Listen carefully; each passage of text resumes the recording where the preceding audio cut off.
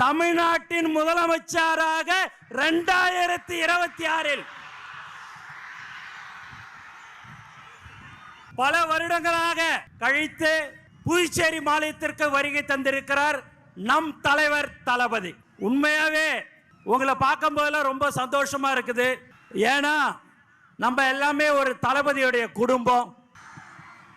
அந்த குடும்பம் தலைவருடைய முகம் தளபதியுடைய வார்த்தைக்கு கட்டுப்பட்ட ஒரு உண்மையான குடும்பம் எது என்று சொன்னால் இதுதான்.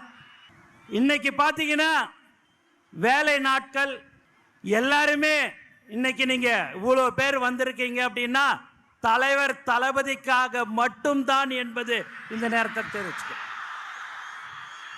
தமிழக வெற்றி கழகத்தின் தலைவர் தளபதி அவர்கள் தமிழ்நாட்டின் முதலமைச்சராக 2026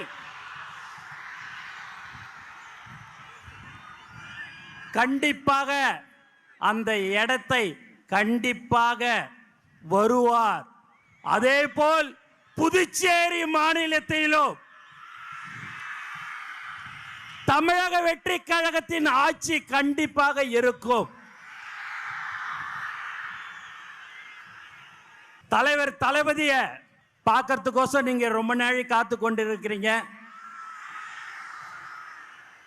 காலையில 5 மணியிலிருந்து எல்லாரும் நீங்க காத்திருக்கிறீங்க என்று சொன்னால் அதுதான் தலைவர் மேல் வைத்திருக்கிற பாசத்தின் காரணமாக, அன்பின் காரணமாக.